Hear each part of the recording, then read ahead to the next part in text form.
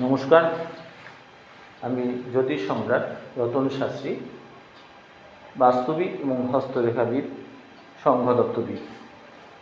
আমি হাতের ভাগ্যরেখা বা শনিরেখা সম্বন্ধে দুই একটা কথা শেয়ার করছি।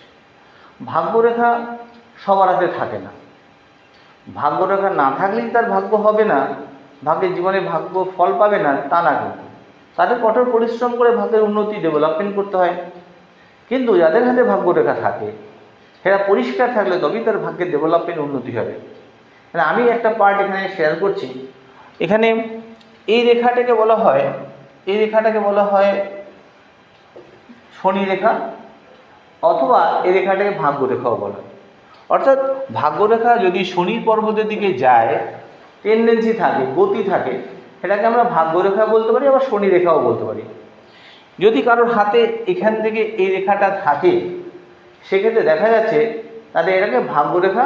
তাদের 35 বছর পর্যন্ত, ছোটোবেলা থেকে 35 পর্যন্ত ভাগ্যের ডেভেলপমেন্ট, উন্নতি, তাদের আর্থিক অবস্থা কোনো সমস্যা থাকবে না, তাদের ভাগ্যের ডেভেলপমেন্ট হবে। 35-40 পর্যন্ত বয়স পর্যন্ত তাদের ভাগ্যের ডেভেলপমেন্ট, আর্থিক অবস্থা উন্নতি, ভাগ্যের জন্ম থেকে তারা ভাগ্যরেখা নিয়ে পৃথিবীতে আবির্ভূত হয়েছেন 35 বছর থেকে 40 বছর পর্যন্ত।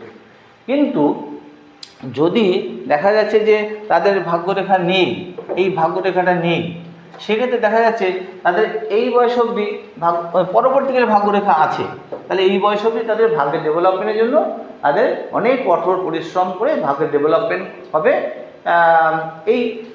এছাড়াও যদি ভাগ্যরেখা শুধু শনির দিকে গেলেই ভাগ্যরেখা হয় না, রবি রেখা আছে, এসব আরও অনেক ভাগ্যরেখা আছে। আমি শুধু শনির ভাগ্যরেখা সম্বন্ধে 30-35 বছর সময় পর্যন্ত ভাগ্যের ডেভেলপমেন্ট কীভাবে হয় বা সেই সময় দুই একটা কথা শেয়ার করলাম। নমস্কার। পরবর্তী শনির ভাগ্যরেখা সম্বন্ধে আমি শর্ট ভিডিও পরপর ছাড়ব, আপনারা দেখবেন। যদি ভালো লাগে, পছন্দ হয়, লাইক করবেন, শেয়ার করবেন, সাবস্ক্রাইব করবেন, আর পরবর্তী ভিডিওর জন্য অপেক্ষা করবেন। নমস্কার।